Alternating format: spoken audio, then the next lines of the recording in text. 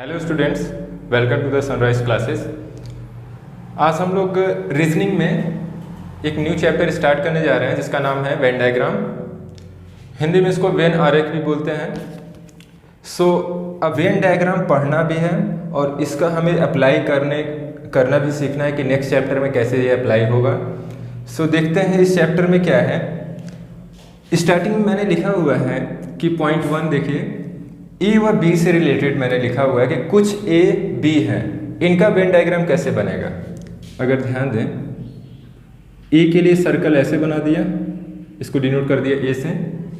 कुछ A B है तो कुछ इसी टाइप से बनेगा इसका।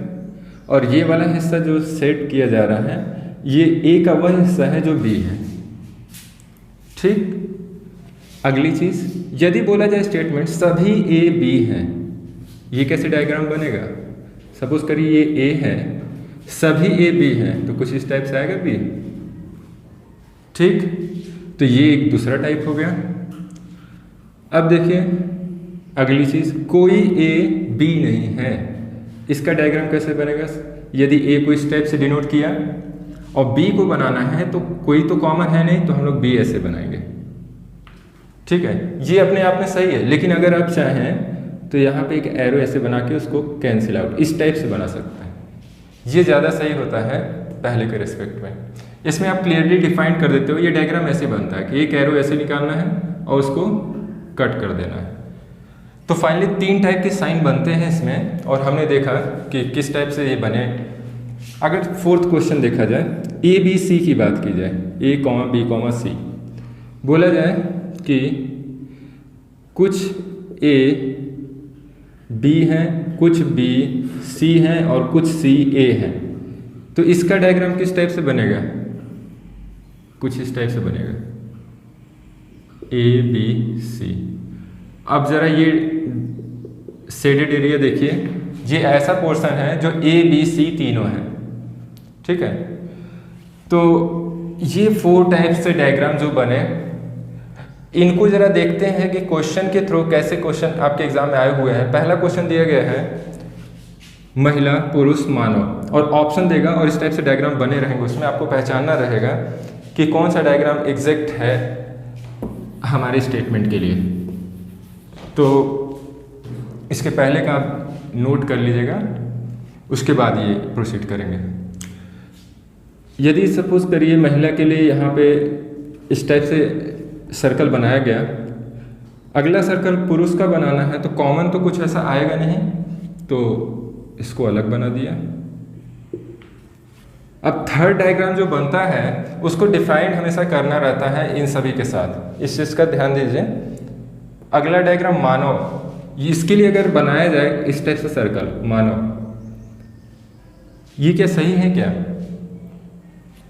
महिला पुरुष मानव, मानव में महिला पुरुष सभी आ जाते हैं, बच्चे और तमाम चीज़ें जो है। तो कहीं ना कहीं अगर ये सर्कल गलत था और इस टाइप से इसका डायग्राम बनेगा।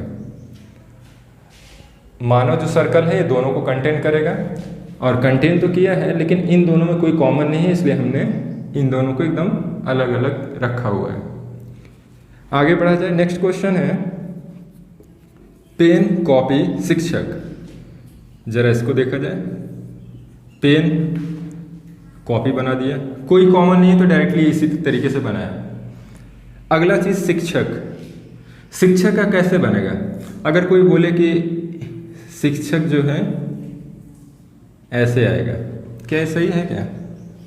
कहने का मतलब शिक्षक जो है पेन को भी जो है कुछ ना कुछ इसमें लाई करेगा और कॉपी में भी, तो ऐसा कोई कॉन्सेप्ट है ही नहीं। शिक्षक तो एकदम अलग चीज़ है ना पेन और कॉपी से। तो अननेसेसरी चीज़ें जो हमारे दिमाग में आती हैं कि ये भी हो सकता पॉसिबल, जनरली जब ज़्यादा क्वेश्चन घुमाएगा तभी आएगा, नहीं तो जनरल क्वेश्चन तो वेन डायग्राम से आसान ही आते हैं। तो ज़्यादा इसमें जो कॉन्सेप्ट आते हैं वो लास्ट के 3 क्वेश्चन के हैं जिसमें थोड़ा दिमाग लगेगा कि भाई क्या है, बाकी क्वेश्चन आसान है। तो सेकेंड क्वेश्चन हमने देखा कि कोई भी चीज़ कॉमन नहीं है तो इस तरीके से डायग्राम बने। ठीक। क्वेश्चन नंबर 3 लिखा हुआ वेल, शार्क और मछली। ठीक, ये वाला मैं मिटा दे रहा हूं।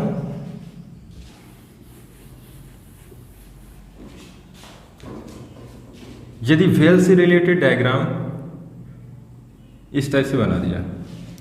अगला चीज शार्क। इतना तो अब तक आइडिया लग गया होगा कि जब कॉमन ना रहे तो बिल्कुल अलग अलग बनाए। मछली, अगर मैं बोलूं कि ये डायग्राम बनेगा, ज़्यादातर लोग इससे सहमत भी हो जाएंगे कि मछली एक वर्ग है। अगर बायो आप पढ़ोगे तो उसमें देखा जाता है कि मछली के अंतर्गत तमाम स्पीसीज आ जाती हैं। तो मछली के अंदर व्हेल भी आएगा, शार्क भी आएगा। लेकिन अगर बायो जिसने अच्छे से पढ़ा है वो तुरंत कैच कर लेगा कि भाई व्हेल को मछली वर्ग में नहीं रखा गया है, फिश की क्राइटेरिया में बिल्कुल नहीं आता। रीज़न ये है कि फिश क्या होती हैं, मछली, इनमें सांस लेने के लिए गिल्स पाए जाते हैं, ठीक। मैमल्स या स्तनधारी, ये जैसे मानव मतलब हम लोग, ह्यूमन बींग्स।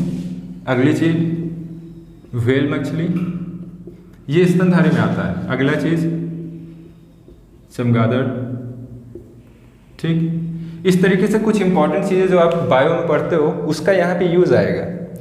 और ये क्वेश्चन आपका रीजनिंग में दिया गया, लेकिन एक चीज़ ध्यान रखिए, आपको ज़रूरत बायो की नॉलेज की पड़ेगी। और ये क्वेश्चन रिपीट होते रहता है, तो बहुत ज़्यादा ये भी नहीं सोचना कि बैठ गए पूरा बायो पढ़ने कि कहीं से भी आ सकता है, ऐसा नहीं। ये एक सिंपल सा क्वेश्चन है जिसको उतना ही डीपली जानिए जितना ज़रूरत है, ज़्यादा टाइम देने की ज़रूरत नहीं है, ठीक। तो हमने देखा कि ये डायग्राम गलत है, कि मछली वर्ग में नहीं आता। क्यों? क्योंकि बायो में चैप्टर में पूरी तरीके से डिफाइंड किया गया कि व्हेल को मछली की क्राइटेरिया, फिश की क्राइटेरिया क्यों अलग किया जाता है, क्योंकि उसके पास गिल्स नहीं होते हैं, इसके पास लंग्स होते हैं, जिसको फेफड़ा बोला जाता है। तो व्हेल मछली के पास लंग्स होते हैं और वो सांस जो है गिल्स से नहीं लेती है। इसके अलावा यदि बात की जाए, मछलियों का ब्लड का टेम्परेचर लो होता है, कोल्ड ब्लडेड होते हैं, लेकिन ह्यूमन बींग्स का ब्लड का टेम्परेचर ज़्यादा होता है, और व्हेल में भी ऐसा ही है। तो इसलिए कई चीज़ें आ जाती हैं जिससे व्हेल को मछली के अंतर्गत न रख के मैमल्स की कैटेगरी में रखा जाता है। तो जाहिर सी बात है मछली की कैटेगरी में व्हेल नहीं आता, तो इसको तो हटा देंगे। और शार्क जो मछली के अंतर्गत आता है, तो कहीं ना कहीं हम ऐसे डायग्राम बनाएंगे। ये हो गया हमारा आंसर। तो ये इंपॉर्टेंट क्वेश्चन था, ठीक है। अगला चीज दिया गया चमगादड़, गिद्ध, पक्षी। अब गिद्ध क्या है, ये पक्षी वर्ग में आएगा, तो हम लोग थोड़ा तेजी से इस टाइप से तो क्लियर हो गया। गिद्ध, पक्षी। चमगादड़ क्या पक्षी वर्ग में आता है? बायो में हम लोग पढ़े हैं कि ये स्तनधारी में आता है, यहाँ पे मैंने लिख भी दिया है।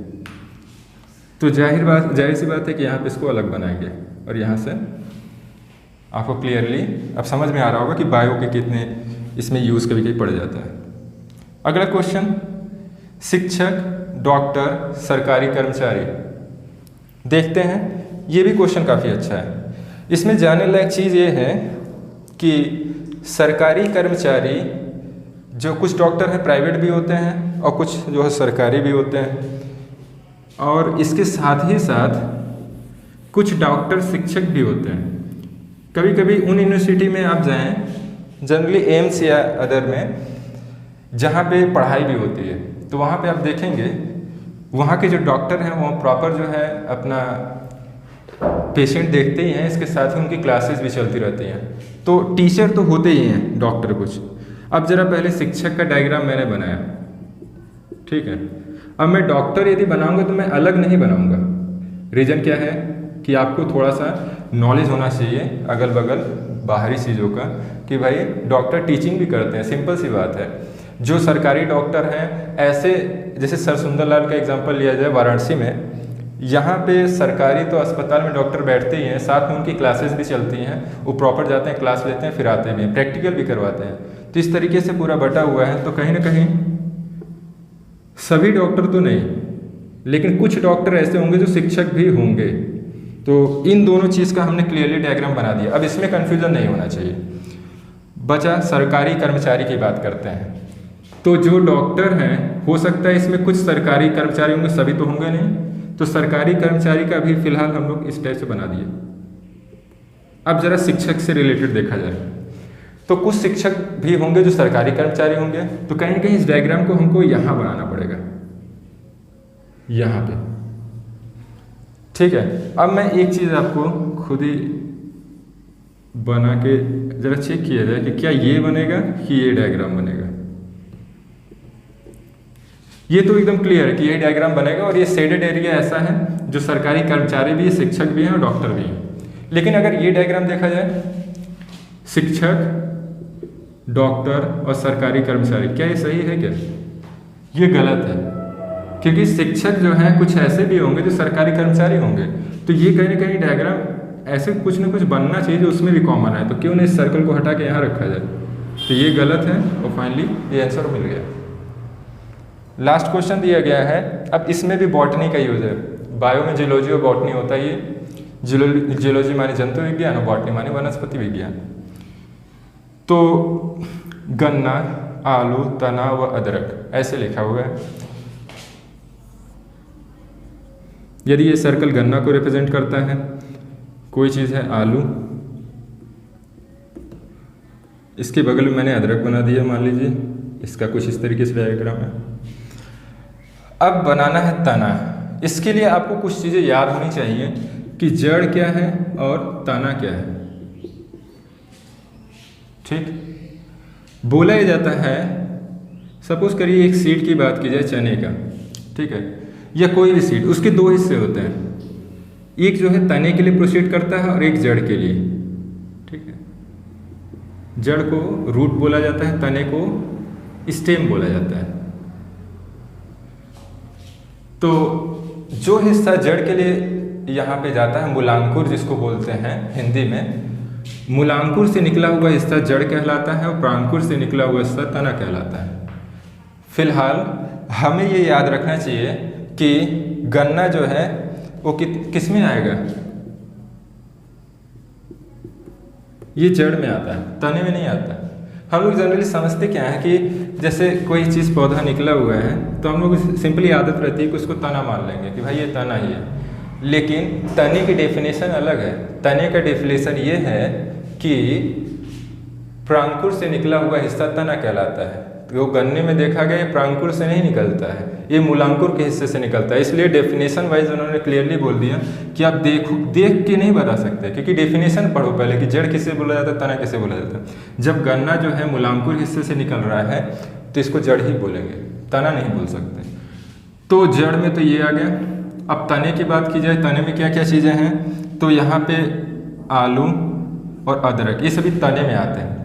ठीक है, हम लोग की आदत क्या रहती है, ज़मीन के जो निचले हिस्से होते हैं, रूट्स, सपोज करिए ये ज़मीन है, इसके नीचे रूट्स हैं, और आलू और अदरक ये सभी ज़मीन के नीचे के हैं, तो हम लोग सोच लेते हैं कि ये क्या है, जड़ होगा, लेकिन ये भी गलत है। तो तना में क्या आ जाएगा? आलू और अदरक। इसके अलावा और भी कई चीज़ें हैं जो बायो में आपको पढ़ने में आता है कि जड़ के और कितने एग्जाम्पल हैं और तने के क्या हैं। तो फिलहाल गन्ना हो गया, और तने की बात की जाए तो ये हो गया। फाइनली अब आपका क्वेश्चन सभी कंप्लीट हो गए, और ये डायग्राम आई होप कि आपको समझ में आ गया होगा। ये तने को रिप्रेजेंट कर रहा है जिसके अंदर आलू और अदरक ये दोनों का सर्कल बन गया, और गन्ना जो है अलग है। सो फाइनली आज के लिए इतना ही रहेगा। आगे हम लोग नेक्स्ट चैप्टर सिलोगिज्म पढ़ेंगे जिसमें इन सभी कॉन्सेप्ट का यूज पड़ेगा। सो आज के लिए इतना ही। Thank you for watching.